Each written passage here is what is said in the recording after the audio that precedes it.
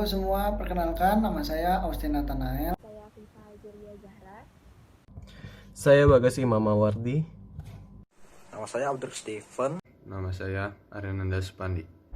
Pertama-tama mari saya perkenalkan anggota kelompok kami. Ada Aryananda Supandi, Bagas Imam Mawardi, Afifa Azalia Zahra, dan Audrey Steven.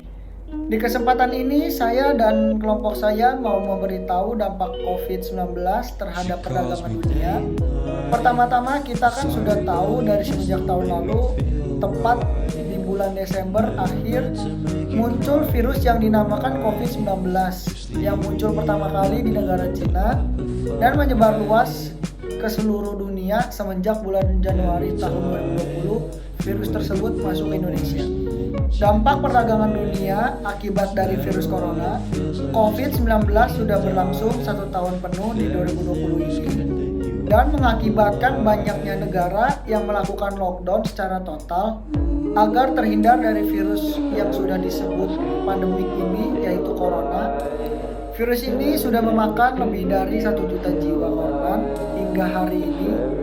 Diperkirakan akan terus bertambah hingga ditemukannya vaksin untuk virus itu sendiri, dan pada akhirnya sangat berdampak pada sistem ekonomi dunia. Terjadi krisis ekonomi besar-besaran dikarenakan banyaknya perusahaan menutup, sementara perusahaannya dan PHK besar-besaran. Ditutupnya pasar ekspor dan impor dari masing-masing negara yang saling menjalin kerja sama sehingga mengurangi pendapatan negara-negara tersebut.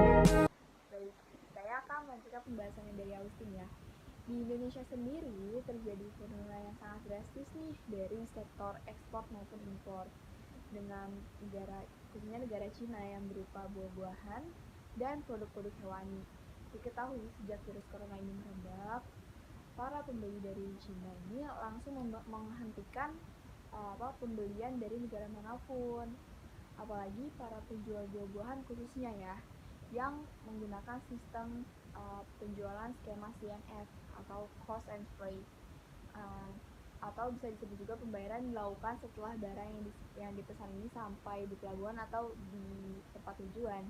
Banyak dari pembeli ini membatalkan pesanannya ketika barang ini sudah dalam perjalanan, yang mengakibatkan terjadinya rugi besar-besaran oleh para penjualnya sendiri. Nah, ekspor maupun impor hewani juga dilarang karena coronavirus ini dapat menjangkit manusia dan hewan, sehingga dinyatakan sangat-sangat berbahaya untuk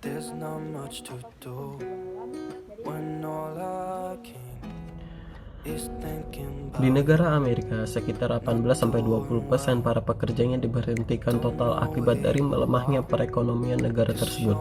Banyak dari perusahaan multinasional mau tidak mau mem-PHK secara besar-besaran akibat dari penurunan penjualan yang sangat signifikan. Contohnya, perusahaan H&M menutup 3.000 lebih tokonya di seluruh dunia dan mem-PHK puluhan ribu demi menyeimbangkan pendapatan yang sangat tidak stabil saat ini. Bahkan yang paling parah terjadi di sektor pariwisata semenjak dilarangnya berpergian dari negara-negara lain menggunakan pesawat. Sektor pariwisata mengalami penurunan pendapatan hingga kerugian yang drastis. Seperti contohnya Pulau Bali yang terletak di Indonesia, kerugian ditaksir mencapai 130 triliun hanya dalam beberapa bulan saja. Karena seperti yang kita ketahui, sumber pendapatan utama Pulau Bali adalah wisatanya yang sangat diminati oleh banyak wisatawan mancanegara.